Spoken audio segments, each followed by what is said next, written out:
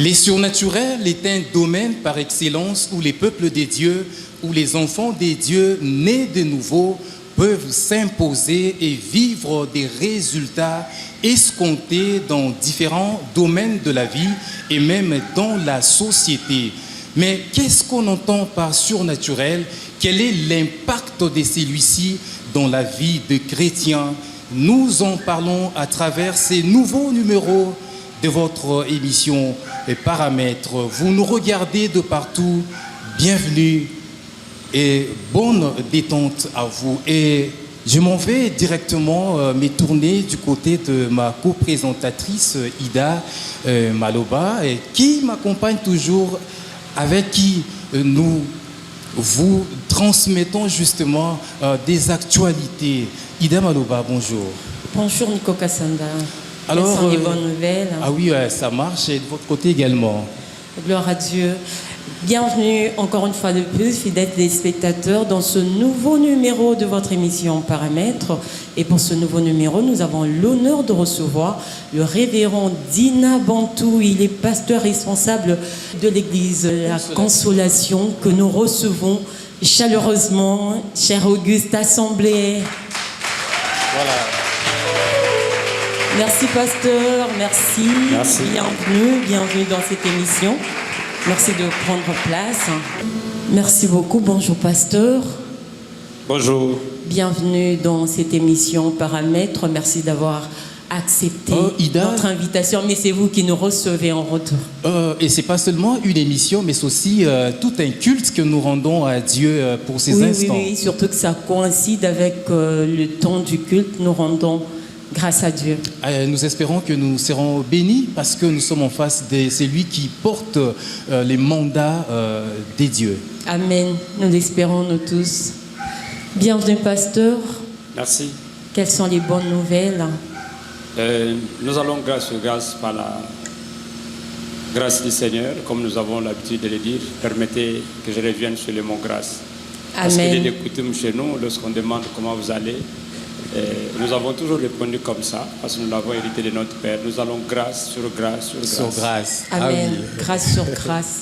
La grâce nous accompagne, nous tous. Alors, d'entrée de jeu, pasteur, nous exploitons aujourd'hui le thème basé sur le surnaturel. On aimerait savoir, c'est quoi le surnaturel à la lumière des Saintes Écritures? Merci beaucoup de nous recevoir dans votre émission, bien que vous êtes venus sur nos installations. D'entrée de jeu, j'aimerais dire, pour ne pas faire mal, entre guillemets, aux biblistes, parce que vous voyez, il y a certaines personnes, même justement utilisées, ils vont vous demander quelle est la référence biblique qui vous parle du monde surnaturel. Il faut qu'ils voient noir sur blanc là où c'est écrit surnaturel. Et s'ils n'ont pas vu les mots noir sur blanc, même si le concept est prouvé, ils en font un problème. Alors pour ne pas déranger cette catégorie de personnes parce qu'ils en ont aussi droit, j'aimerais vous dire d'abord que les mots surnaturels, de manière scripturaire, vous n'allez pas les trouver dans la Bible. Comment ça? Oui, vous allez vérifier. Il n'y a pas un verset où c'est mentionné noir sur blanc, surnaturel.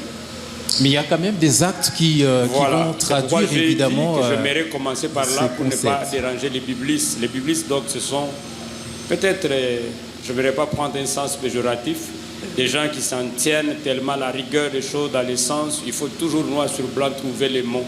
Si vous n'avez pas trouvé les mots, et puis ils vont en faire un problème. Et pourtant, il y a des mots qu'on ne peut pas trouver, mais les concepts est prouvé et trouvé dans la Bible.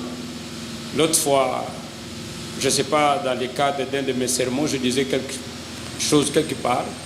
Vous voyez par exemple, le mot Bible, il n'est pas biblique. Le mot Bible n'est pas biblique. Vous allez fouiller toute la Bible de Genèse à Apocalypse, vous n'allez jamais trouver dans un livre le mot Bible. Le mot n'existe pas, mais pourtant nous avons la Bible à main que nous appelons la parole du Seigneur, autrement appelée les Écritures. Donc ça c'est déjà pour essayer de fixer l'opinion. Mais s'il faut répondre de manière nette et claire à votre question, qui consiste à savoir c'est quoi les surnaturels par rapport à la lumière des Écritures. Comme le mot le dit, Surnaturel voudrait tout simplement dire ce qui va au-delà des naturels. Et nous croyons que le Dieu de la Bible, c'est lui qui est notre créateur, c'est un Dieu qui fait des choses qui ne peuvent pas seulement s'expliquer de manière naturelle. Il fait des choses qui vont au-delà de naturel. C'est pourquoi il y a ce concept surnaturel. Donc des choses qu'on ne peut pas expliquer d'après les lois établies dans la nature ou d'après la raison humaine. Mais ce sont des choses pourtant que Dieu peut faire et qui fait aussi. C'est ce que nous appelons surnaturel. Donc des choses qui se placent au-dessus des naturels. Dans ce qui se passe au-delà de l'entendement humain. Oui, des choses qui dépassent l'entendement humain, qui ne peuvent pas s'expliquer par la raison ou encore d'après les lois établies dans la nature. Alors, révérend, parlons justement de l'impact que celui-ci peut justement entraîner dans la vie du chrétien, avant d'aborder les conditions. Mais d'abord, son impact. Quel est l'impact du surnaturel dans la vie d'un enfant de Dieu qui se dit né de nouveau?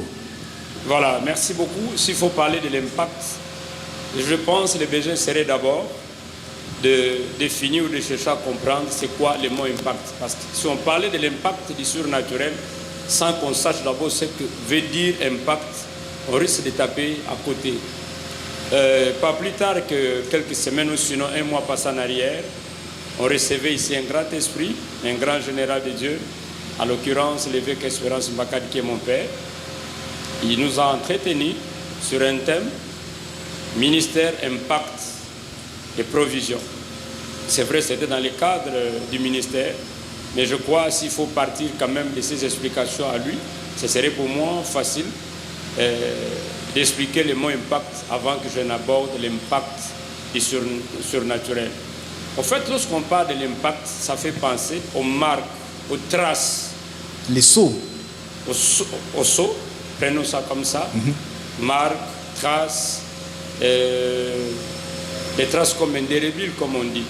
Donc, lorsqu'on parle de l'impact du surnaturel, nous voulons parler des traces que les surnaturels, donc des choses qui vont au-delà de l'entendement humain, laissent dans la vie de celui que nous appelons enfant de Dieu ou croyant. Et pasteur, pourriez-vous illustrer par quelques exemples le surnaturel, peut-être dans la vie des croyants? S'il faut partir des illustrations ou des exemples, je crois que ça serait aussi facile. Vous voyez, déjà, vous ne pouvez pas dire être chrétien, fils d'alliance, fille d'alliance, et marcher correctement avec Dieu si vous voulez vivre une vie naturelle. Parce que Dieu lui-même déjà, il est surnaturel, on ne le voit pas. On ne le voit pas. Alors, servir un Dieu que vous n'avez jamais vu, que vous n'avez jamais rencontré physiquement, chercher à tout prix que ce qu'il fait, ça soit toujours des choses qui s'expliquent. En tout cas, vous ne saurez pas bien marcher avec celui-là, avec ce Dieu-là. Donc, s'il faut parler de l'impact de manière visible, vous voyez par exemple les cadres dans lesquels nous vous recevons. Si il vous était autorisé de promener votre micro, vous allez recevoir ou sinon recueillir pas mal de témoignages. Des gens qui ont des marques dans leur vie de ce que les surnaturels pouvaient faire. Des personnes qui peut-être hier n'étaient pas autorisées de dormir sans avoir pris un médicament, mais l'impact des surnaturels, les marques des surnaturels ont fait qu'ils peuvent dormir sans prendre un médicament. Ça, ce sont des exemples. La semaine passée ici, il y a une jeune dame qui appelait mon épouse au téléphone pour partager son témoignage parce qu'elle a été voir le médecin et les diagnostics disaient qu'elle avait des problèmes liés à la nature des femmes. Et elle devrait connaître même une intervention. Elle avait des gonflements. Et quand elle est venue, elle a partagé avec nous, au vu et au su de tout le monde. On a dit la prière. On l'a même autorisé, va voir ton médecin. Cette fois-ci, le diagnostic va changer. Pas plus tard que quelques jours, il partageait avec nous les témoignages. Ces gonflements ont disparu. Les douleurs sont parties.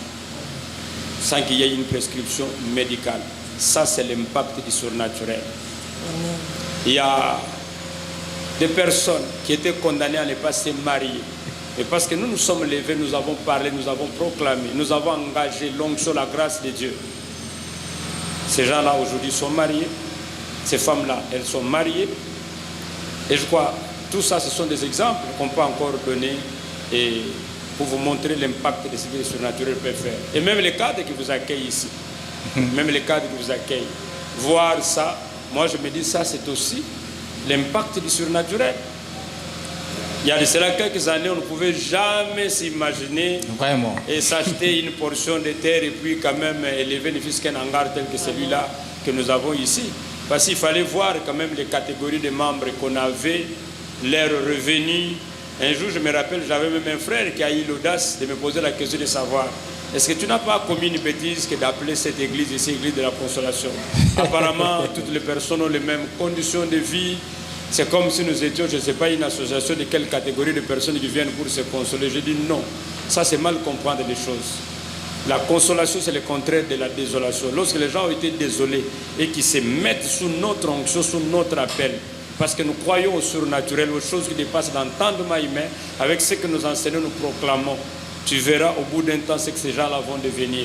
Et voilà, avec ces mêmes personnes-là, sans changer de lieu, voilà ce qu'on est en train de produire. Le et Seigneur je crois l'a fait de manière surnaturelle. Ah oui, ça mérite quand même des acclamations. En tout cas. Vraiment. Ah, là, c'est formidable. On sent que le surnaturel est vraiment en train d'être vécu. Oui. Alors, cher révérend, j'ai lu un ouvrage du bishop David Oyedepo qui, en parlant du surnaturel, il dit que le surnaturel est la seule chose qui différencie la foi chrétienne des autres religions. Quel commentaire pouvez-vous faire de cette affirmation? D'abord, j'aimerais, par élégance, parce que je suis dans une école où nous apprenons à honorer les grands esprits et surtout à se réserver de faire des commentaires derrière une affirmation d'un grand général. L'école dont je descends, ou l'école dans laquelle je suis,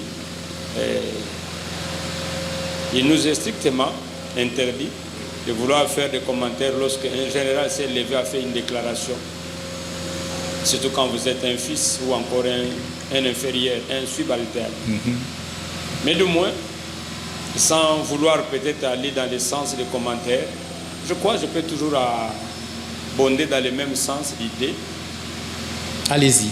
Vous voyez, si vraiment dans le christianisme, comme nous sommes en train de parler là, on ne met pas l'accent sur les surnaturels ou des choses qui dépassent l'entendement humain, effectivement, nous deviendrons une religion comme toutes les autres.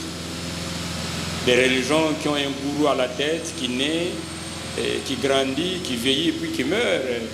Il laisse ses adeptes comme étant des orphelins. Des religions qui fonctionnent sur base des formules déjà bien précises. On sait que ça commence ici et ça se termine là. Et il suffit peut-être quelque chose soit dérangé dans la formule. Et tout est bousillé. Et ce n'est pas le cas avec celui les que nous surnaturels. observons. Ah oui. Celui-là, déjà, de par sa conception, sa naissance, et puis toute sa vie sur terre, c'est les surnaturels. C'est des choses qui dépassent l'entendement humain. Et parce que nous sommes dans cette école-là, dans cette lignée-là, c'est tout à fait normal que l'homme de Dieu, ce grand général, puisse dire que là, nous sommes différents plutôt des autres religions. Donc nous ne sommes pas juste limités sur certaines bases des formules bien données. Chez nous, aujourd'hui, ça peut être telle formule, mais demain, ça peut changer. Vous voyez, même quand on dit, voilà, un tel ou telle personne, hier, il était affronté à un problème pareil, parce qu'il n'a pas fait ça, ça n'a pas marché. Si toi aussi, tu ne fais pas, tu risques de partir tel que celui-là. Mais chez nous, ce n'est pas comme ça. C'est en quelque sorte. Ce qui n'a pas marché pour un tel, mais pour moi, en tant que fils d'alliance, ça marche et ça marchera toujours. Ah oui.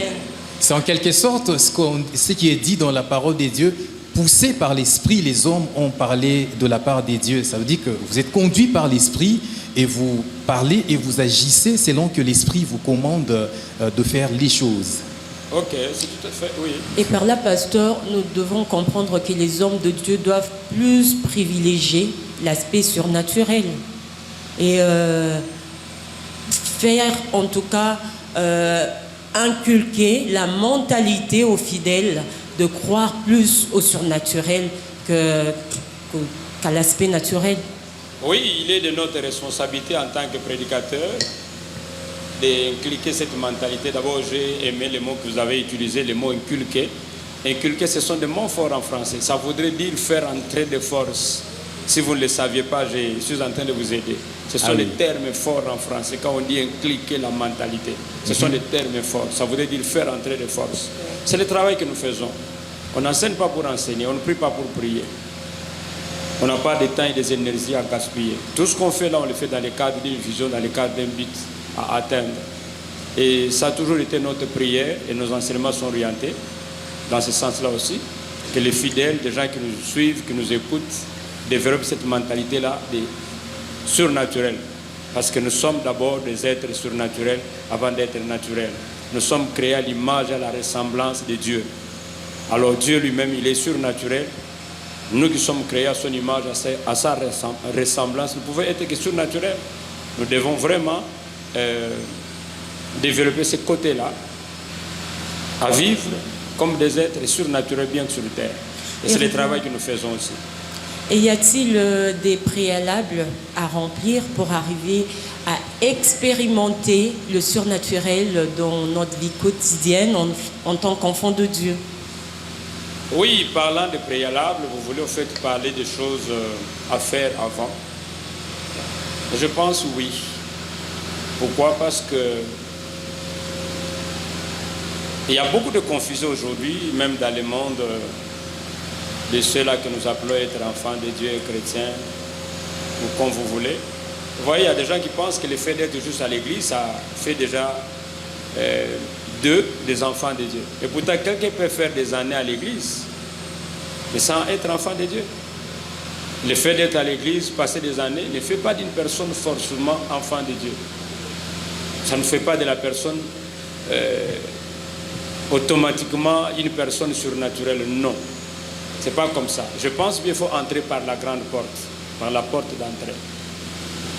S'il faut parler de préalable, je dirais d'abord, c'est d'accepter Jésus comme son Seigneur et Sauveur, qui devienne votre Seigneur, qui dirige, qui conduit, qui devienne votre Sauveur. Et une fois que vous devenez enfant de Dieu, je pense que ça c'est déjà la porte d'entrée. Et même là aussi, sans vouloir chercher à créer des polémiques ou encore à blesser certaines sensibilités, je pense bien, je vais parler de la porte d'entrée. Même une fois dans la porte d'entrée, vous êtes dans le royaume, il y a des choses qu'on pourra encore apprendre pour développer sa spiritualité. Mais ce préalable, révérend, est compris comme étant une condition sine qua non. On peut comprendre ça comme ça. C'est une condition en fait. Oui, s'il faut appeler ça condition, je crois oui. Pourquoi? Parce que nous sommes dans un royaume. Et chaque royaume a des lois qui régissent ces royaumes-là. Vous voyez? Moi, je suis en train de parler de ce qui nous concerne dans notre royaume. Comment ça se passe, comment ça fonctionne. Mais quelqu'un d'autre, peut-être, il pourra vous dire le contraire. Ou encore, il pourra dire autre chose. J'aime toujours illustrer quand j'enseigne ici à l'église que les lois congolaises ne sont pas les lois gabonaises. Et les lois gabonaises ne sont pas les lois burkinabées. Chaque État a des lois. Dans le cadre de ce qui nous concerne, comme fils d'alliance, fille d'alliance, enfant de Dieu, pour vivre une vie surnaturelle, je pense bien, la porte d'entrée, c'était d'abord d'accepter Jésus comme son Seigneur et Sauveur. C'est comme pour dire, si vous êtes à l'église et que vous n'avez jamais fait cet exercice, vous n'avez jamais invité Jésus dans votre vie comme Seigneur et Sauveur, ces choses-là sont surnaturelles, vous êtes étranger. Ou sinon, si vous vivez des surnaturels, ça risque d'être d'autres surnaturels. Parce qu'il faut aussi quand même qu'on dise la vérité, que dans ce monde ici, personne ne peut s'autoriser de vivre comme un électron libre, c'est-à-dire sans dépendre d'une certaine spiritualité. Ça ne peut pas être faisable. Si vous n'êtes pas avec Dieu, c'est que vous serez avec le diable. Et le diable a aussi une sorte de spiritualité. Et moi, je parle de ce qui nous concerne. La condition, c'est d'accepter Jésus comme son Seigneur et Sauveur. Une fois dans le royaume, c'est alors peut-être qu'on va commencer à vous enseigner comment faire pour faire grandir votre spiritualité. Parce que dans ces choses-là, on grandit aussi. On découvre des choses. À ce niveau, pasteur, est-ce que vous pouvez lancer un message, peut-être à ces personnes qui nous suivent, qui n'ont jamais reçu le Seigneur, qui n'ont jamais reçu Christ comme Seigneur et Sauveur et qui voudraient peut-être expérimenter le surnaturel? Un message. Avant que je lance le message, je sens qu'il y a besoin aussi que je puisse un peu renforcer mon idée. Oui. Parce que vous voyez, ça c'est la télé, les gens vont nous suivre. Je n'ai pas envie de me faire lapider tout de suite là. Oui. Quand les gens vont apprendre que dans ce monde ici, on grandit. Et puis quelqu'un va vous dire, mais c'est quelle spiritualité là pour laquelle il faut encore apprendre des choses pour grandir? C'est tout à fait normal. La Bible dit, l'héritier tant qu'il est encore enfant, il ne diffère en rien d'un esclave. Oui. Évidemment. Vous voyez? Donc, ce n'est pas qu'il n'est pas héritier, il est héritier, mais parce qu'il est encore enfant, il est comparé à un esclave. Ça voudrait dire qu'il doit grandir pour qu'il entre en possession. Il y a des choses qu'il doit comprendre. Vous voyez? C'est comme dans ce royaume ici. Quand je dis vous naissez en Christ, c'est la porte d'entrée. Vous êtes dans le royaume. Il y a des choses que vous êtes censés apprendre pour faire grandir votre foi, faire grandir votre spiritualité. Et puis c'est comme ça. Tous on a fait cet exercice. C'est pourquoi d'ailleurs on enseigne à l'église. Sinon, je ne vois pas pourquoi on enseignerait. Je ne vois pas pourquoi on enseignerait. Donc s'il faut lancer cet appel, je profite de l'occasion, peut-être des gens qui sont là ou encore les gens qui vont nous suivre après. Oui. Ça, c'est une décision que vous n'allez pas regretter. Amen. D'accepter Jésus comme votre Seigneur et Sauveur de votre vie. Vous ne saurez jamais vous conduire dans ce monde avec tout ce qu'il y a. Comme je l'ai dit déjà, si vous ne pouvez pas vivre comme un électron libre, je crois la bonne décision à prendre, c'est d'inviter Jésus comme votre Seigneur et Sauveur dans votre vie, qu'il devienne votre Seigneur, et vous n'allez pas regretter cela. Je crois que vous allez regretter au contraire toutes les années que vous aviez vécu sur cette terre sans l'avoir accepté dans votre vie. Ça, c'est un appel que je lance. Invitez-les dans votre vie, acceptez-les comme votre Seigneur et Sauveur. C'est si facile. Question de dire, Seigneur Jésus, je t'invite dans ma vie. J'ai conduit ma vie moi-même pendant plusieurs années. Je regrette cela. Je me répands, je renonce. Je renonce de marcher avec le diable ou encore avec l'ennemi. Je veux que tu deviennes mon Seigneur et Sauveur. C'est si facile. Dès que vous faites cet exercice, il devient votre Seigneur et puis c'est fini, c'est parti. Alors lorsqu'une âme est sauvée, c'est toute une fête qui se célèbre, qui se fête. Je pense que le public, ceux-là qui nous suivent peuvent quand même acclamer parce qu'il y a des âmes qui sont sauvées et qui sont venues à Jésus. Gloire à Dieu. Voilà, gloire à Dieu. Alors, révérend, parce qu'il y a des âmes qui sont sauvées, qui viennent d'être sauvées et qui appartiennent maintenant à Jésus, d'office les surnaturels et leur mode de vie. Oui, quand vous acceptez Jésus comme votre Seigneur et Sauveur, comme vous avez dit, il y a une fête au ciel parce que vous êtes devenus maintenant... Peu importe les temps. Membres du royaume, membres du royaume. Dès que vous êtes dans le royaume ici, les choses du royaume deviennent votre partage. C'est comme un enfant qui naît dans une famille royale. Il est enfant, c'est vrai, il y a des choses qu'il aura bénéficié au fur et à mesure qu'il serait en train de grandir. Mais déjà, le simple fait de naître dans la famille royale, il est automatiquement bénéficiaire de privilèges. C'est comme ça. Ah oui. Alors, révérend, vous êtes apôtre, vous êtes prédicateur, enseignant. Est-ce qu'il y a des gens qui ne comprennent pas toujours les choses? Est-ce que ces surnaturels dont nous sommes en train d'échanger est-il réservé seulement à vous, cette catégorie-là, à vous qui représentez cette catégorie-là, des personnes, apôtres de l'évangile, bishop ou encore, je ne sais pas, Ida, évêque et qui sais-je encore? Non, ça, je crois que c'est mal présenter les choses et puis ça doit être une confusion. Je crois sincèrement que quand Dieu vous appelle au ministère, il vous donne la charge de conduire son peuple. Il est vrai qu'à cette catégorie-là, il y a une onction que Dieu, si l'appel là est authentique, il y a une onction que Dieu dépose sur vous, il y a des grâces que Dieu dépose sur vous pour les besoins de la cause. Mais le surnaturel, de manière générale, n'est pas réservé qu'aux ministres. Non. Chaque enfant de Dieu, né de nouveau, membre du royaume, il est d'office appelé à manifester le surnaturel et à vivre le surnaturel dans sa vie. Ah, ça c'est très bien dit. Et par là, révérend, nous voudrions quand même savoir comment fonctionner dans le monde du surnaturel. Comment fonctionner dans le monde du surnaturel? Voilà. Je suis en train de vouloir être beaucoup plus, comme tu dirais, pas trop sceptique. Je voudrais faciliter tout le monde dans la manière de voir et de comprendre. Les modes opératoires dans les surnaturels, si vous écoutez certaines personnes, ils vont vous dire qu'un tel opère ou fonctionne de telle façon, l'autre il opère et fonctionne de telle façon. Il est vrai que peut-être selon la manière dont on marche avec le Seigneur, on a développé son intimité, on écoute Dieu, ou encore du mandat qui vous a été donné, les modes opératoires peuvent être d'une manière ou d'une autre différents.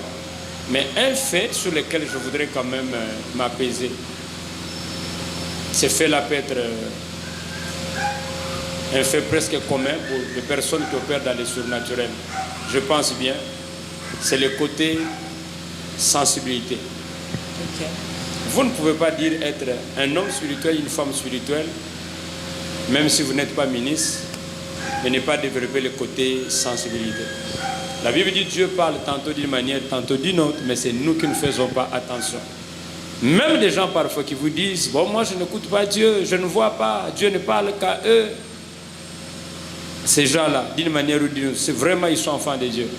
Dieu leur parle toujours, Dieu leur montre toujours des choses. Mais le problème qui se pose, c'est ce côté-là, sensibilité.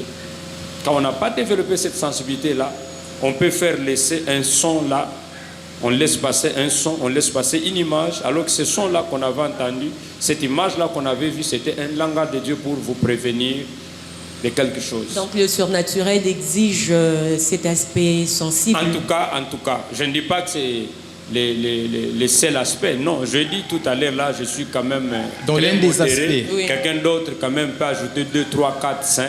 Et même moi-même, si le temps m'est donné, je peux encore donner 2, 3, 4.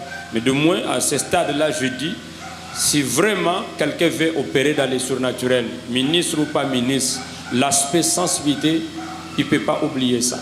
Vous voyez, par exemple, il y a un exemple très, excusez-moi pour ce pléonasme, mais officiel comme on dit, je dis, voyez, par exemple, ça ne se dit pas. Je voulais au fait dire ceci. Si nous entrons dans les Écritures, dans la parole, ça c'est un cas très frappant. Le cas d'Abraham, notre père. Il voit 3 hommes venir.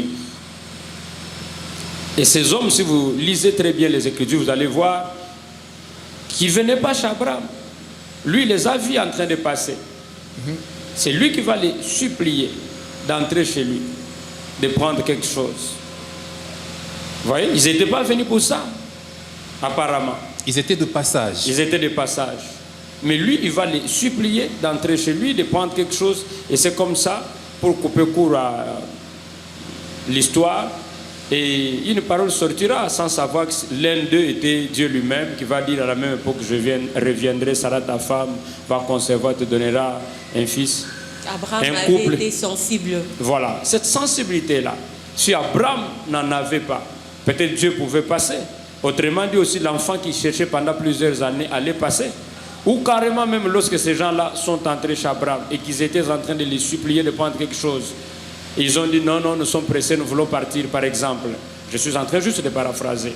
Et qu'il a dit, ok, passez à vous seulement parce que vous ne voulez pas. Il allait toujours rater. Mais jusqu'à ce qu'ils entrent, qu'ils mangent et que la parole soit libérée. Qu'est-ce qui a fait ça? C'est pas qu'avant, l'heure arrivée qu'Abraham a été averti par un prophète ou qu'il avait vu dans un rêve ou dans un songe. Non, il n'avait pas une parole. Mais du moins cette sensibilité-là. Je pense bien même des pasteurs que nous sommes. Plusieurs ont laissé passer le temps de Dieu pour n'avoir pas été sensibles. Plusieurs enfants de Dieu ont aussi laissé passer la grâce de Dieu pour n'avoir pas été sensibles. Vous voyez par exemple dans nos églises, les pasteurs ils peuvent être là, il appelle ses fidèles. C'est mardi si nous avons un culte. Les gens sont là, ils écoutent le communiqué. Et les gens qui s'autorisent aussi de ne pas venir. Jusqu'à ce qu'ils disent, Dieu m'a dit, je vis. S'il n'a pas dit ça, s'il n'est pas arrivé jusque-là, il y a des gens qui négligent parce qu'ils pensent seulement que tous les cultes sont pareils. Et pourtant, le simple fait que le père de la maison se lève qui dit c'est mardi, quelque chose arriverait. Je te dis vrai, quelque chose arriverait toujours. Parce qu'il est écrit, Dieu confirme la parole de son serviteur et il accomplit les prédictions de ses envoyés. Ce manque de sensibilité a fait rater le surnaturel à beaucoup de personnes. Wow. Alors, révérend, les mondes dans lesquels nous vivons demandent à ce qu'il y ait une certaine imposition des enfants de Dieu. Est-ce que les surnaturels à ces sujets peut aider les enfants des dieux à pouvoir s'imposer dans la vie quotidienne?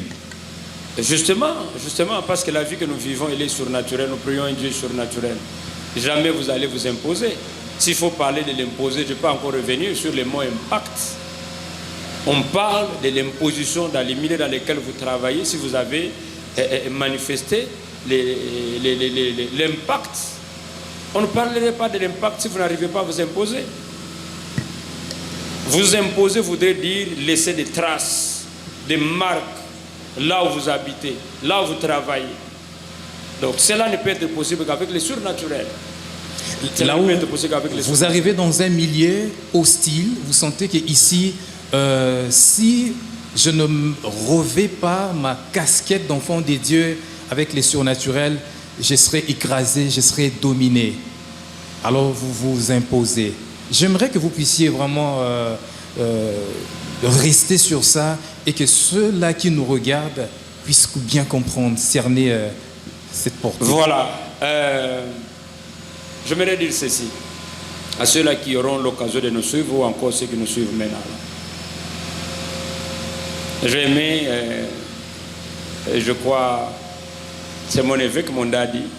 J'ai vu ça sur sa page. Il dit ceci: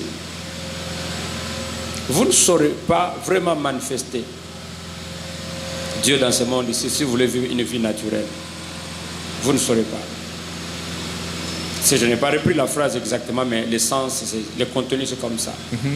Pour manifester la vie de Dieu, quels que soient les milieux dans lesquels vous vous retrouvez, vous avez besoin de manifester les surnaturels. Les surnaturels, les choses qui dépassent l'entendement humain.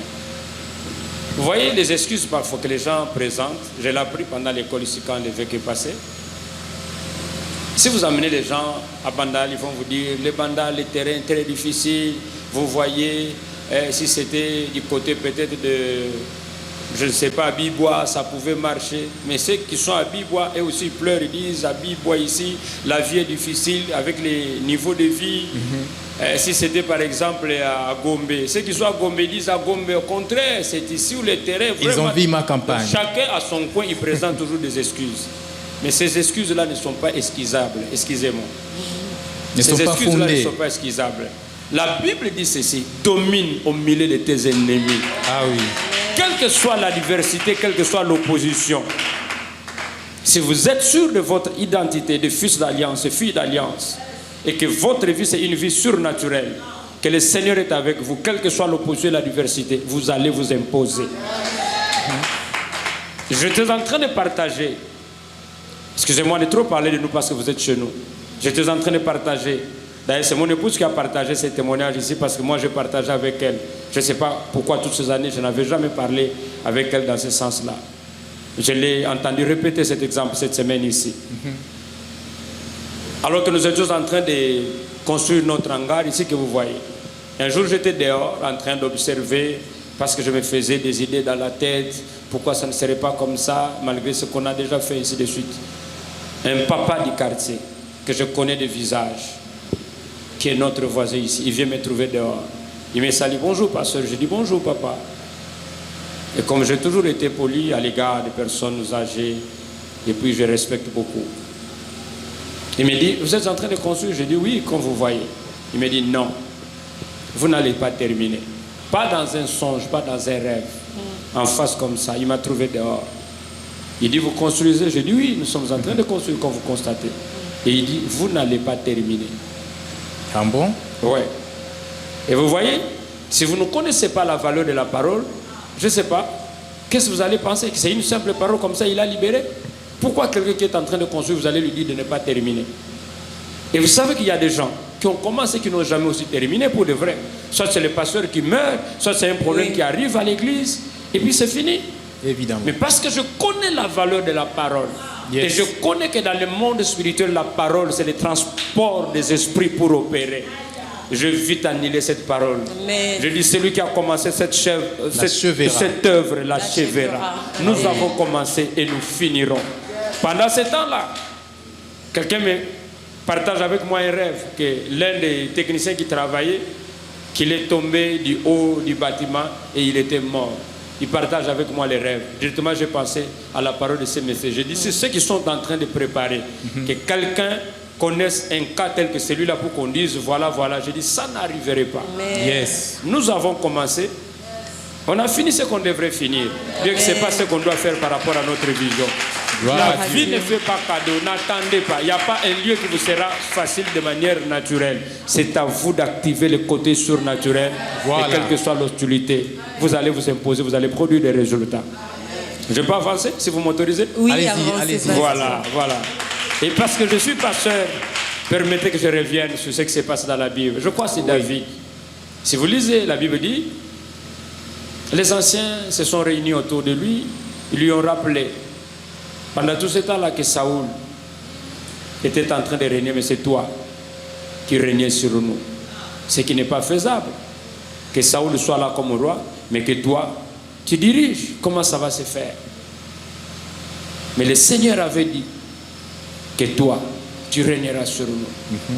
Qu'est-ce qu'ils sont en train de faire? Ils rappellent à David la parole de Dieu. Et la Bible dit, les anciens ont pris de l'huile. Ils ont mis sur David. En lieu place qui règne seulement sur Hébron, cette fois-là qu'ils prennent maintenant la possession de tout Israël. Mais quand il arrive à Jébu, les Jébusiens se sont opposés. Niet, ici tu n'entreras pas. C'est d'ailleurs le boiteux des aveugles qui vont te résister. Ça prouve une certaine opposition, une certaine résistance. C'est comme ça que ça se passe sur le plan spirituel. La parole de Dieu peut être là. Elle a été dite et proclamée sur vous. Lui, il peut être là. Peut-être même vous l'avez reçu. Mais cela n'exclut pas l'opposition et la diversité. Mais ce n'est pas parce qu'il y a opposition et la diversité que vous devez fuir ou encore abandonner. Qu'est-ce que David a fait? La Bible dit, David s'empara de la forteresse. S'emparer voudrait dire prendre de force. Comment on peut prendre quelque chose de force? C'est qu'il s'est livré à la bataille, à la guerre. C'est ce qu'il faut faire. Quand vous arrivez dans un milieu hostile, mon daddy a dit ici, pendant l'école de ministère, il faisait une illustration. Mon garçon, quand nous sommes allés, bon, je ne sais pas, nous sommes allés à la maison, on lui avait tendu le micro après. Il a dit, s'il oubliait tout ça, il ne peut pas oublier. Que vous voyez, on peut brûler un papier avec une intensité de feu. Mais si c'est le bois, il faudra augmenter les degrés du feu. Mais si c'est aussi le métal, ce n'est pas que le métal ne se brûle pas. Le métal aussi a un degré de feu pour qu'il se brûle afin qu'il devienne liquide. Pour dire, opposition, n'abandonnez pas. Faites monter votre feu. S'il y a encore d'opposition, encore d'adversité, faites monter encore votre feu. On n'a pas envie de fuir ou d'abandonner. C'est de monter, de monter. C'est pourquoi je dis que dans ces choses ici, on grandit. On grandit et plus vous grandissez, il y a des batailles auxquelles peut-être hier vous aviez renoncé. Aujourd'hui, on peut dire non, que ces batailles reviennent. Je ne peux plus renoncer. Comme moi, parfois, quand je viens, je dis, oh Seigneur, pourquoi hier je n'avais pas cru? Mais ce que j'ai vu Dieu faire aujourd'hui a fait grandir ma foi, a nourri ma foi. Et maintenant là, je suis plus que convaincu qu'au-delà de ce que j'ai vu, Dieu peut encore faire. Amen. Ça, c'est bien dit. C'est profond, révérend.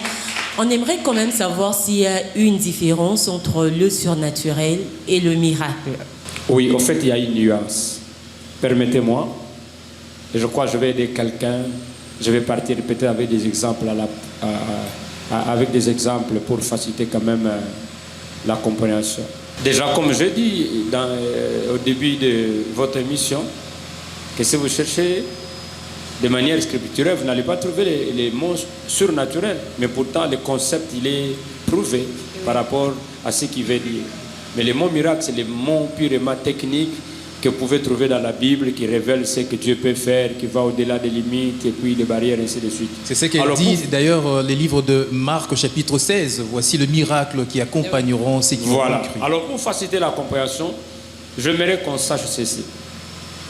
Si le miracle c'est le fait, si le miracle c'est la marque, si le miracle c'est l'épreuve, le surnaturel, c'est la cause qui a conduit à ces preuves-là, qui a conduit à ces faits-là, qui a conduit à ces marques-là. Parce qu'au fait, un miracle, c'est quelque chose qu'on ne peut ni comprendre ni expliquer avec la raison ou encore avec l'intelligence humaine. Comment pouvez-vous comprendre une personne, une femme qui a été diagnostiquée Par exemple, qu'elle ne peut pas avoir des enfants parce que ses trompes ont été coupés. Sur le plan scientifique, ce n'est pas faisable. Mais un miracle peut faire, parce qu'une parole a été libérée, que cette femme-là conçoive et que demain ait un enfant. L'enfant là, c'est une preuve de miracle. L'enfant là, c'est un fait qui prouve que la parole de l'homme de Dieu était vraie et réelle. Maintenant, si on cherche sur le plan médical la cause qui a conduit jusqu'à là, sur le plan médical, ce n'est pas prouvable, ce n'est pas faisable. Donc cette cause-là, qui est d'un caractère presque, comment dirais-je, d'un caractère non prouvable de façon matérielle d'après les lois établies, ça c'est un surnaturel. Donc les surnaturels, au fait, c'est la cause qui conduit au miracle ou encore au fait visible. Donc quand on parle de surnaturel, des choses qu'on ne peut pas expliquer. Donc des choses qu'on ne peut pas expliquer, c'est ce qui produit des choses qu'on voit. Donc les faits, les preuves qui sont palpables ont pour cause les surnaturels. Laissez-moi quand même renchérir pour aider quelqu'un à comprendre. Allez-y, révérend. Allez-y. Vous voyez, on a toujours dit que chaque effet est l'effet d'une cause. Autrement dit, chaque effet doit avoir un agent causal. Oui. Qu'est-ce qui a fait qu'on arrive là? Qu'est-ce qui a fait que nous ayons ces preuves? Qu'est-ce qui a fait que nous ayons ces marques? Donc quand on cherche à étudier, quand on cherche à faire l'étude, les causes là qui ont conduit à ça, on peut dire, bon voilà, parce qu'il a respecté les traitements, ou soit il a suivi de manière scrupuleuse la loi, comme elle a été dictée, elle a fait ce qu'on lui a commandé de faire d'après la formule. Alors, ces raisons-là peuvent conduire à un résultat. Mais pour des résultats qui n'ont pas de preuves matérielles, qui n'ont pas de preuves, qui ont respecté une certaine procédure, qui ont respecté un certain nombre de lois naturelles mises ensemble, alors que les résultats sont là. Elle n'a pas de trompe, mais l'enfant est là. Elle n'a pas suivi un traitement, mais elle peut porter des talons, alors qu'on a dit, tu ne peux plus porter des talons. Mais qu'est-ce qui a conduit à ces faits-là que nous avons? Pour que cette femme-là porte des talons, pour que cette femme-là porte son bébé, pour que celui-là qui était condamné à ne pas acheter, mais acheter aussi bâtir une maison. Qu'est-ce qui a conduit à ça? S'il n'y a pas de preuves matérielles, c'est que c'est le surnaturel qui a conduit à cela. Donc, le surnaturel devient la cause qui produit les miracles. Et les miracles sont les faits de Dieu. Ah oui, ça c'est très bien. Ça mérite des applaudissements en tout cas. Alors, révérend, nous sommes là également pour aider quelqu'un. On va parler des obstacles ou des entraves au surnaturel. Quels en sont ces obstacles qui peuvent justement empêcher un enfant de Dieu, bien que ayant reçu Jésus dans sa vie, mais justement, il se retrouve face aux obstacles qui l'empêchent à vivre ces surnaturels. Ok. Parmi les obstacles, peut-être s'il faut en citer, je pense bien le plus grand obstacle, c'est le manque de prise de conscience. Ça peut vraiment être un frein. Lorsque quelqu'un n'a pas conscience de ce qu'il est, que je suis enfant de Dieu, je suis fils d'alliance, ma vie, c'est une vie surnaturelle, ça peut être vraiment un obstacle à manifester les surnaturels. Je reviens sur ce que j'avais dit. L'héritier, tant qu'il est encore enfant, il ne diffère en rien. Il est héritier, mais parce qu'il est encore enfant, il ne connaît pas. Parmi les choses qui caractérisent l'enfantillage, c'est l'ignorance. Quand quelqu'un ne sait pas, même ce qui lui est réservé, il peut rater cela. Révérend, c'est pratiquement ce qui est dit dans les psaumes 82. Dieu dit, j'avais dit, vous êtes des dieux, voilà, mais vous mourrez comme des hommes. Et vous voyez les mains là dont vous faites mention. Ah oui. Et c'est, en français, les mains là, ça marque, c'est une conjonction de coordination, mais qui marque presque une opposition. J'avais dit, vous êtes des dieux, mais. Ça signifie, ça annule tout ce que j'avais dit avant là. Évidemment. Lorsque dans une phrase, il y a un mais qui intervient, c'est que ça annule la première pensée. Vous êtes des dieux, mais. Donc ça fait tomber ce qui était venu avant. Donc les dieux surnaturels. qui meurent comme des humains. Voilà. Donc le manque de prise de conscience est un obstacle terrible. Si vous le permettrez, je me rappelle pour la première fois que je voyage, je me retrouve à Nairobi au Kenya. D'après les calculs, je ne connaissais pas le décalage horaire d'ici et Kenya. Je devrais arriver là-bas à 18h et puis prendre mon vol à 20h pour Lagos, parce que c'était un transit. Malheureusement pour moi, l'avion qui devrait quitter ici, je crois à 12h, nous avions quitté à 14h. Ça fait que même là-bas, en lieu place d'atterrir à 18h, j'atterris à 20h. Et l'avion que je devrais prendre de là pour aller à Lagos était déjà parti. J'étais obligé de remplir certaines formalités, dormir pour partir demain matin. Et comme ce n'était pas la faute qui me revenait, c'était la faute à la compagnie d'aviation. Bon voilà, ils m'ont logé. Déjà, comme j'avais un problème avec la langue, déjà lorsque nous étions à bord de l'avion, on refusait qu'on parle français, on disait soit on parlait Swahili, si pas Swahili, on parlait l'anglais. J'avais des problèmes avec les Swahili, j'avais des problèmes avec l'anglais, je me débrouillais, vous voyez, et puis ça ne pouvait pas vraiment. Et j'arrive même à l'hôtel, je suis logé, ma chambre est là, ainsi de suite. Je commençais à m'inquiéter pour ma petite famille que j'avais laissée ici. Je devrais appeler pour annoncer que voilà, je ne pars plus, je dors ici. Il y avait un téléphone à côté. Je ne savais pas que j'étais autorisé d'appeler, j'avais 3 minutes d'appel. En même temps, je devrais manger tout ce que je voulais manger. La compagnie d'aviation m'avait autorisé. Mais parce que je ne connaissais pas, j'avais faim. Et puis ma peur là, comme c'était aussi une première fois, vous voyez, nous sommes en 2024, c'était en 2010, j'étais encore un peu plus jeune qu'aujourd'hui là, c'était une première fois. Alors je me disais, bon, je préfère dormir affamé pourvu que demain matin qu'on vienne me prendre ici de suite. C'est pas que je n'avais pas droit, j'avais droit, mais j'ai... Vous êtes resté sur votre ignorance. Voilà, il y a beaucoup d'enfants de Dieu qui sont privés de beaucoup de choses dont ils devraient être bénéficiaires seulement parce qu'ils sont ignorants. Il y a des gens qui souffrent dans leur corps, ils sont tout le temps malades, ils sont très fidèles avec leurs médecins, ils respectent tout ce que les médecins disent. Prenez tel médicament, voyez-moi tel jour, rendez-vous telle date. Mais si c'est le pasteur comme ça, vous pouvez lui parler en face. Soit tu viens, soit tu ne viens pas. Soit tu fais, soit tu ne fais pas. Parce que dans leur tête, ils pensent que la guérison, c'est le médecin. Et pourtant, le médecin soigne, mais c'est Dieu qui guérit.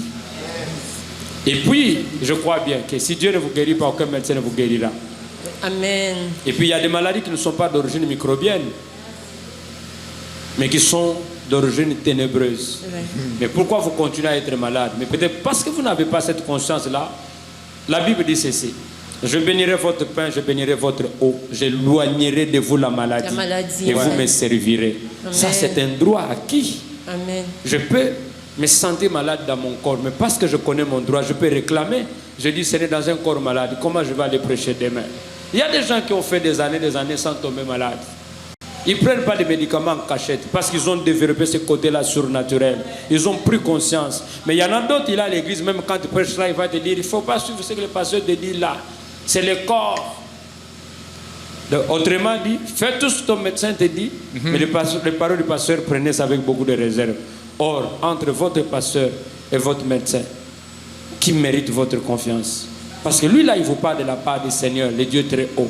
Et celui-là, il vous parle par rapport à ce qu'il a appris. C'est lui qui a créé toutes les cellules du corps, c'est lui qui connaît le fonctionnement de votre corps. C'est pourquoi je dis que l'ignorance est vraiment un problème très sérieux. Même au milieu d'enfants de Dieu, on peut trouver des gens qui souffrent des choses pour lesquelles Dieu n'est pas d'accord, mais parce qu'eux-mêmes, ils sont ignorants. Alors nous acheminons vers la fin de cette émission. Déjà. Peut-être la toute dernière question. Oui, on nous signale qu'il ne reste que 5 minutes. Okay. Peut-être la toute dernière question avant d'aborder le programme de l'Église. On aimerait savoir, révérend, à quoi peut-il ressembler la vie d'une personne qui ignore le surnaturel?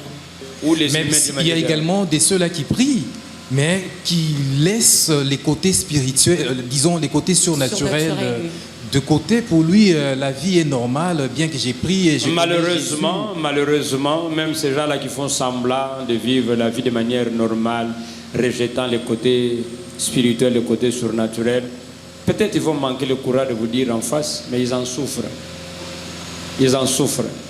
Dans ce monde ici, vivre sans dépendre d'une certaine spiritualité, ce n'est pas faisable. Je ne voudrais pas spéculer, mais on m'a envoyé, ou sinon je lis quelque part, semble-t-il, un de nos dirigeants ici a dit que parmi les choses pour lesquelles nous souffrons au Congo, c'est parce qu'on ne met pas une dose de la spiritualité dans notre politique. Je me réserve de citer les noms, mais certaines personnes ont lu cette citation. Comment vous allez vivre dans ce monde ici sans dépendre d'une certaine spiritualité? Ce n'est pas faisable. Des gens qui ne sont pas dans des églises, des gens qui ne sont pas avec le Seigneur Jésus, ils vont chercher une autre sorte de spiritualité. Je vais vous donner un exemple. Peut-être vous n'avez jamais entendu parler, mais moi je suis pasteur. On a vu des choses et on a entendu des choses. Même ces personnes-là, parfois, si elle est à l'église, il faut que les pasteurs prennent beaucoup de précautions pour mettre cette personne-là à l'aise. Et je ne suis pas contre ces choses-là parce que Dieu, c'est un Dieu protocolaire. D'ailleurs, Dieu, de ce côté-là, lui-même, il est très exigeant. Et puis, Dieu respecte lui-même la loi de l'honneur. De ce côté-là, je suis une personne très avisée. Il y a des gens qu'il faut vraiment honorer, respecter, mettre à l'aise à cause de leur rang, leur dignité. Je suis tout à fait d'accord. Mais par rapport à ce qui m'a été posé comme question, je vous dis la vérité. Parfois, nous nous battons pour que telle ou telle personne quand même se sente à l'aise, qu'ils se sentent honorés. Mais des gens qui vont de l'autre côté, des fois ils sont méprisés, négligés au nom de la spiritualité. Quelqu'un qu'on appelle entre guillemets honorable, mais il va voir un féticheur. Le féticheur lui dit assis-toi là-bas sur terre. Il s'assied là-bas sur terre. On peut lui donner peut-être une eau qui n'est même pas de la qualité de l'eau qu'il boit chez lui là. Il boit au nom de la spiritualité. Le féticheur là n'a même pas de voiture comme lui. Il n'a peut-être pas une belle maison comme lui. Mais parce qu'il a besoin des choses spirituelles que celui-là fait pour sa sécurité. Tout ce qu'on va lui demander de faire, il va faire. Mais si c'est à l'église par exemple que ça arrive, est-ce qu'on peut tous nous déchausser? Est-ce qu'on peut tous nous agenouiller? Il y a certaines personnes qui peuvent en faire un problème. Qui réfléchissent avant d'exécuter. Ils réfléchissent. Pourquoi encore enlever les chaussures? Pourquoi tout le monde doit s'agenouiller alors que nous sommes habillés comme ça? Vous voyez, ça ne pose pas de problème. Mais pourtant, ceux qui vont dans l'autre monde là, des fois, ils vont à l'extrême et ils sont prêts à tout. Parce qu'ils savent qu'ils sont devenus, peut-être ceux qui sont devenus, ou même pas devenus ceux qui sont devenus, mais pour conserver son poste-là, il a besoin de faire ce que ce maître-là est en train de lui demander. Mais quand vous venez dans les camps des enfants de Dieu, dans les camps des fils du royaume, cette intelligence parfois nous manque. Mais moi, je pense bien que vraiment, on a besoin d'une dose de la spiritualité pour bien vivre. Parce que vous pouvez vous battre avec ce que vous voyez, mais ce que vous ne voyez pas, il faut que le Dieu invisible, mais qui connaît tous les dieux omniscients, vous garde. C'est pourquoi parfois, Dieu peut nous prévenir sur telle ou telle chose qui devra arriver. Ça, c'est le côté surnaturel qui fait ça. Et on en a besoin pour bien vivre, pour échapper au désastre.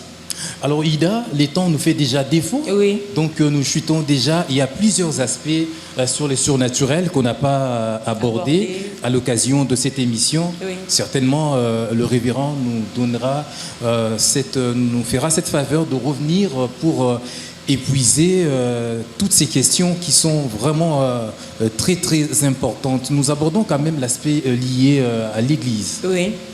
Vous êtes pasteur responsable de l'Église La Consolation. On profite de cette occasion pour parler des programmes de l'Église. Comment se présente le programme de l'Église La Consolation? Oui,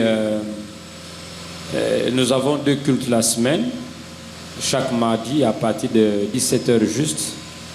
Et puis jeudi, les cultes de mardi, c'est un culte que nous appelons l'agneau familial. Donc nous mettons l'accent sur les enseignements pour que les gens connaissent, grandissent, qu'ils découvrent des choses à la lumière des Écritures. Il nous arrive des moments même de laisser le temps où certaines personnes posent des questions. Et puis nous répondons, si le temps nous le permet. Et les cultes de jeudi, généralement, nous avons un culte dénommé jeudi miracle, jeudi de puissance, rendez-vous de victorieux avec le Seigneur Jésus-Christ. Là, nous mettons l'accent sur ce que Dieu peut faire, les surnaturels. Même là où on vous a dit que ce n'est pas faisable, nous disons avec les dieux de la Bible, c'est faisable. Vous aviez été condamné, mais avec les dieux de la Bible, la condamnation peut tomber. peu importe vos origines, peu importe les milieux dans lesquels vous opérez, il y a une onction qui peut faire que la donne soit corrigée. Et nous sommes témoins et nous sommes des témoignages même. C'est pourquoi nous mettons l'accent sur ces choses-là. Et dimanche, la grande célébration à partir de 7h30 jusqu'à 10h30. Et à part peut-être les autres réunions dans les cadres des départements, intercession, chorale, ainsi de suite. Je vais donner juste les grands programmes, des cultes 2 fois la semaine, et puis dimanche à partir de 7h30. Alors, révérend, vous avez également animé dernièrement une conférence à laquelle a pris part l'évêque Espérance Mbakadi. Très rapidement, de quoi était-il question? Vous pouvez me faire un résumé de ce qu'a été? L'évêque Mondadi nous a entretenus sur les thèmes qui s'intitulent Ministère, Impact et Provision. C'était tellement bénissant et enrichissant. Je ne saurais pas pendant ces quelques mots-là revenir, et surtout pour quelqu'un de sa trempe-là, même une seule phrase quand il libère, ça peut faire l'objet des sermons et puis de plusieurs enseignements. S'il faut comprendre de manière succincte, il a dit ceci: ce n'est pas parce que votre appel, que nous appelons ministère, est authentique que le succès à ce ministère-là est garanti. Non. Quelqu'un peut avoir un appel vrai, réel, authentique, venu de Dieu, sans qu'il ne réussisse.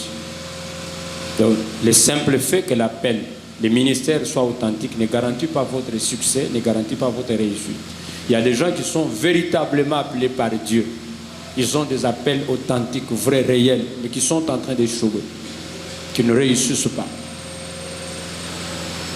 Alors, si vous voulez réussir dans votre ministère, il faut créer de l'impact. Voilà. Il faut créer de l'impact. C'est l'impact que vous créez dans votre ministère. Quels que soient les milieux dans lesquels vous opérez, vous travaillez, quelle que soit l'appellation de votre ministère, prophète, évangéliste, apôtre, ou je ne sais moi, si vous ne créez pas de l'impact, vous ne réussirez jamais. Même si votre appel vient de Dieu, même si c'est un appel authentique, il faut créer de l'impact. C'est l'impact que vous créez sur les gens, les marques que vous créez sur les gens qui deviendra comme votre marque à vous. Et quand l'impact est créé sur votre environnement, sur là où vous travaillez, sur les personnes que Dieu a placées sous votre garde, c'est alors que ces gens-là deviendront une provision pour accomplir votre ministère. Parce que la provision a été faite ou encore a été donnée pour vous aider à accomplir la mission ou le ministère que Dieu vous a donné. Mais ce ministère-là que Dieu vous a donné, vous devez travailler. Faites tout ce qui est à votre pouvoir. S'il faut jeûner, s'il faut prier, s'il faut vous connecter à des grâces supérieures, que ces ministères-là créent de l'impact. Dès que vous créez l'impact, ces gens-là, ceux qui vous avez créé l'impact, ils deviennent une provision pour votre ministère. Ministère, impact, provision.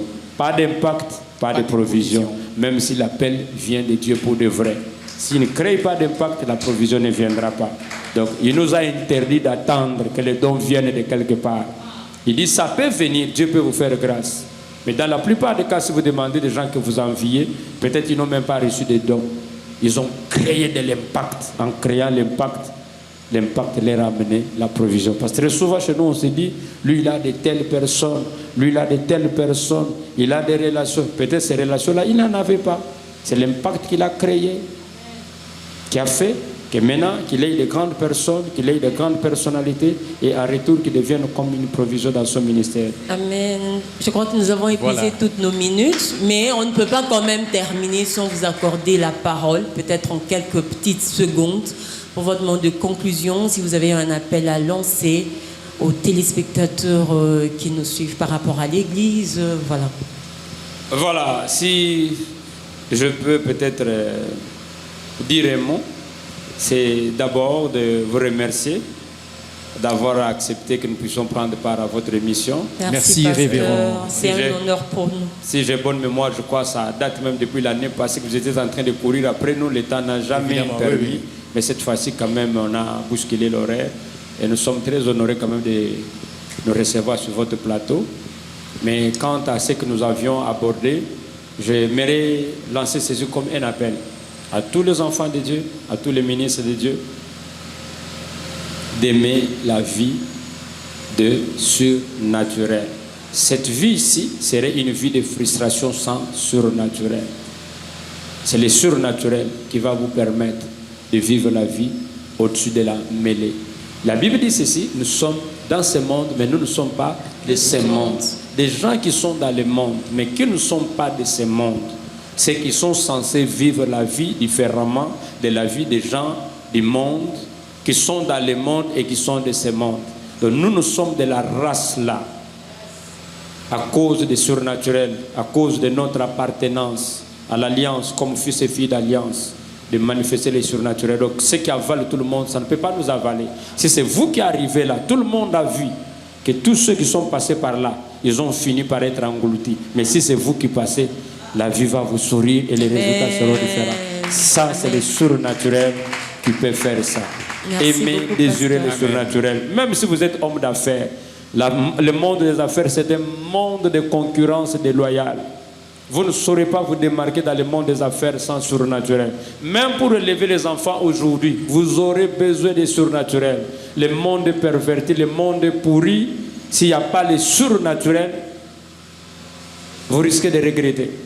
Le fait de crier et de parler ne suffit pas. Il faut un côté surnaturel pour réussir l'éducation de vos enfants. Je pense que le surnaturel, c'est un besoin réel et c'est là dans tous les domaines de la vie. Amen. Voilà, là, ça mérite un grand amen. Voilà. Merci beaucoup, pasteur. Ça a été un honneur pour nous de vous recevoir dans ce nouveau numéro de l'émission Paramètres. Et surtout, merci de nous avoir reçus chez vous. C'est la fin complète de cette émission. Madame, Monsieur, merci de nous avoir suivis. Surtout, merci de rester fidèle au programme de la chaîne du repos vers Pâturage Télévision. À la prochaine.